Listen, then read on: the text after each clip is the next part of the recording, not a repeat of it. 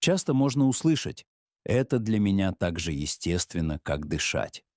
Но насколько для нас естественно само наше дыхание?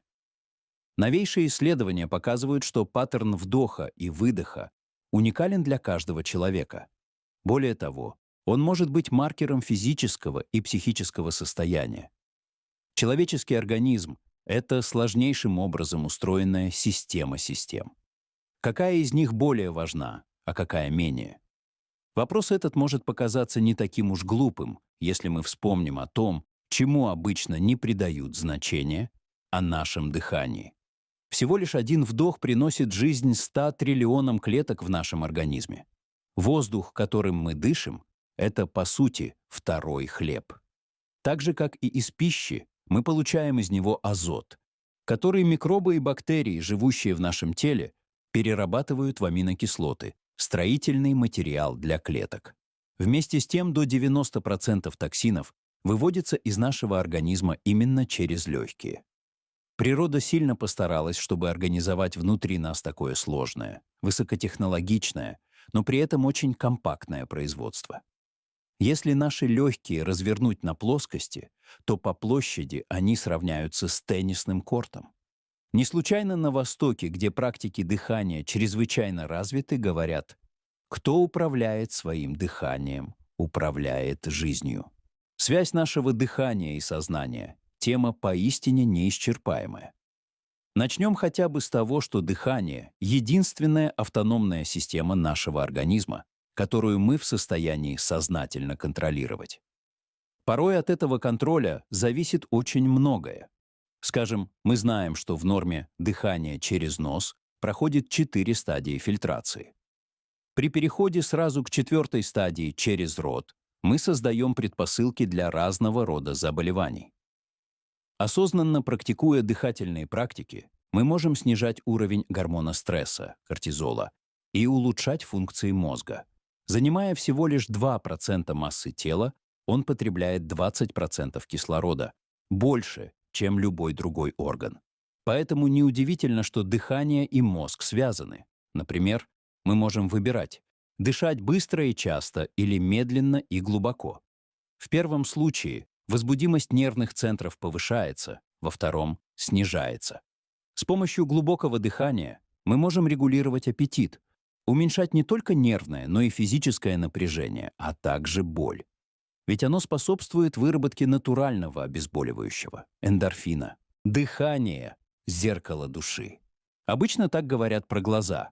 Однако по отношению к дыханию это не совсем справедливо, поскольку наши зрачки синхронизируют с ним свой размер.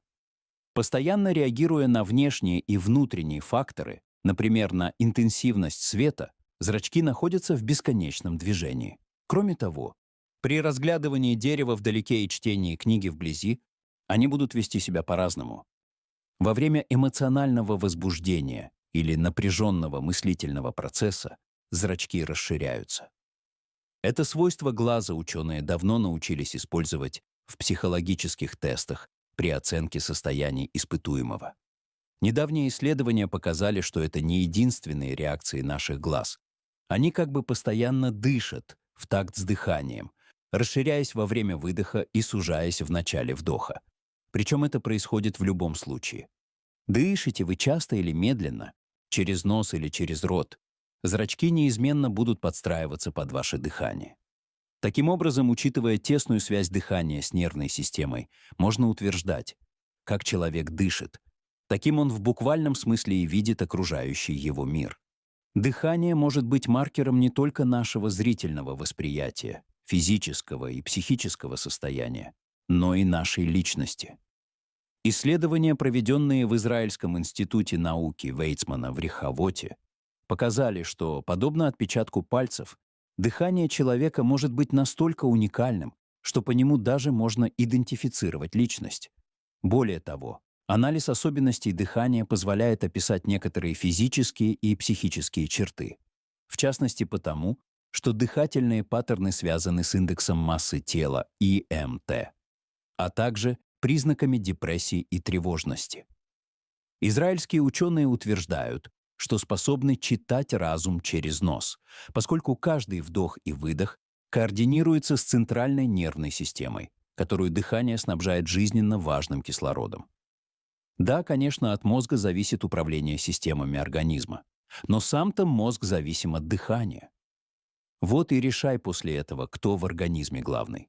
Вывод об уникальности дыхания каждого отдельного человека израильские ученые сделали после эксперимента с использованием алгоритмов машинного обучения. Данные для него были получены в процессе замеров дыхания у 42 участников эксперимента во время сна и бодрствования. Исследователи смогли идентифицировать их по паттернам дыхания отдельных лиц с точностью 96,8%.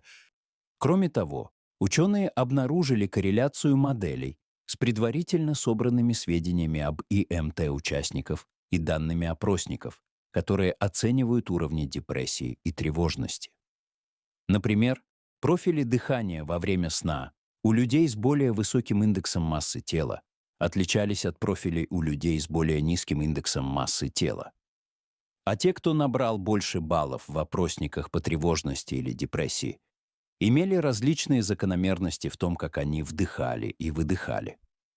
Ученые полагают, что дыхательные сигнатуры способны оповещать о проблемах со здоровьем примерно так же, как электрокардиограмма о сбоях в работе сердца. Вслед за восточными целителями и мудрецами они считают, что если научить людей дышать правильно, то это может стать мощным инструментом исцеления.